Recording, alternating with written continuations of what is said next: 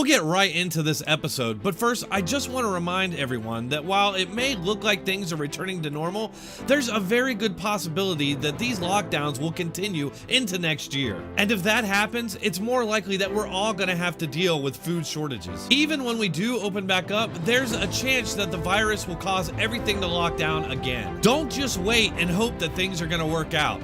Be proactive and make sure that you and your family won't have to worry about food shortages. And I trust and use My Patriot Supply. You can too. This week, save $70 on a 2-week emergency food kit when you go to my special website, preparewithdronetek.com. My Patriot Supply food kits last up to 25 years in storage and include breakfast, lunches, and dinners. Take action so you're ready for what's coming and save $70. Those that know what's coming are preparing. Go to preparewithdronetek.com. preparewithdronetek.com. Welcome back, everyone. Remember on February 24th when Nancy Pelosi responded to Trump's China travel ban by meeting up with a gaggle of 30 reporters and business owners to encourage people to come out to Chinatown to eat and party. Since the media has been accusing Trump of reacting slowly to this outbreak, he's been on the defensive, and he's pointing out that their favorite Democrat politicians were actually much slower to react. Their job is to undermine Republicans and promote Democrats. So, of course, they've now circled the wagons around Nancy Pelosi and are spinning wildly in her defense. One of these ridiculous defenses came from the left-wing San Francisco Chronicle with an article hilariously headlined, "Trump inaccurately says Pelosi called for parties in San Francisco's Chinatown as coronavirus loomed." You can already see how they're going to try and spin this. Oh, Nancy Pelosi never mentioned a party, so Trump lied. You gotta love this transparent, petty quibble over a word, especially considering how the media have purposely mangled Trump's words over and over since he was elected. During the beginning of a global pandemic, Nancy Pelosi met with a gaggle of people with no PPE to encourage people to come out and eat, party, what? The San Francisco Chronicle themselves had a big article about the Lunar New Year party, and yet now they act like it never happened. The fact is, Pelosi's actions and the actions of other Democrat mayors and governors around the country make it harder for the media to claim Trump reacted slowly. So they have to do their best to rewrite history, and that's what we're seeing here. As you can see, it's actually quite lazy and easily refuted, but they apparently assume the worst of their readers. It's just like the media's coverage of Brett Kavanaugh versus their diehard protection of Joe Biden. We saw national protests erupt over Brett Kavanaugh and the birth of a new movement called Me Too that turned out to be purely political, apparently. Remember the outrage? Remember the calls for women to be believed?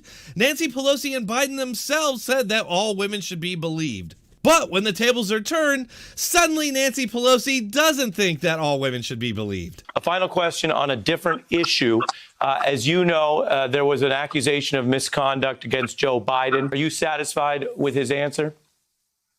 Yes, I am. I'm very much involved in this issue. I always want to give the opportunity that women deserve to be heard. I am satisfied with his answer, yes. Notice how it suddenly women must be heard, not believed. Me too, unless they're blue, right, Pelosi? I also want to point out real quick, that question came in the final 20 seconds of a 20-minute interview. You see how this works? The standards that they hold Republicans to are purely for advancing a political agenda. Those standards are never meant to be applied to Democrats, and if you try, you get this sort of avoidance, cover up and spin to get rid of the story. Over at Fox News, Pelosi had a little bit of a tougher time, with Chris Wallace actually calling her out for her little Corona get-together in Chinatown. And her response was the typical kind of alternate reality hyperbole that you would expect for someone not used to being held to a critical standard. I want to point out that on February 24th, you went on a walking tour of Chinatown to try to promote tourism there. If the president underplayed the threat in the early days, Speaker Pelosi, didn't you as well?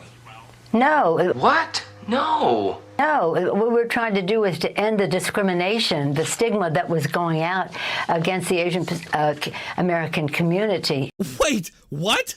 The president targeted Asian Americans? When did that happen? The president targeted China for blame in spreading this virus around the world with their lies, and he labeled it the Wuhan or China virus, much like most of the media did for several months. Concern is growing this morning over an outbreak of a new SARS-like virus in China. At least 6 people have died from the Wuhan coronavirus. The Wuhan coronavirus coronavirus, the Wuhan coronavirus. The 34-year-old ophthalmologist diagnosed Saturday with the Wuhan coronavirus. The Wuhan coronavirus. The Wuhan coronavirus. What more can you tell us about the similarities or differences between SARS and the Wuhan coronavirus? The Wuhan coronavirus. The Wuhan coronavirus in China. The Wuhan coronavirus. But at no point did Trump or anyone say anything about Asian Americans. This is an outright lie, and it's a lie that won't be touched by any of the so-called fact checkers. It's another drive-by lie that millions of Americans will now believe going forward. That's all for this episode, just a quick one today.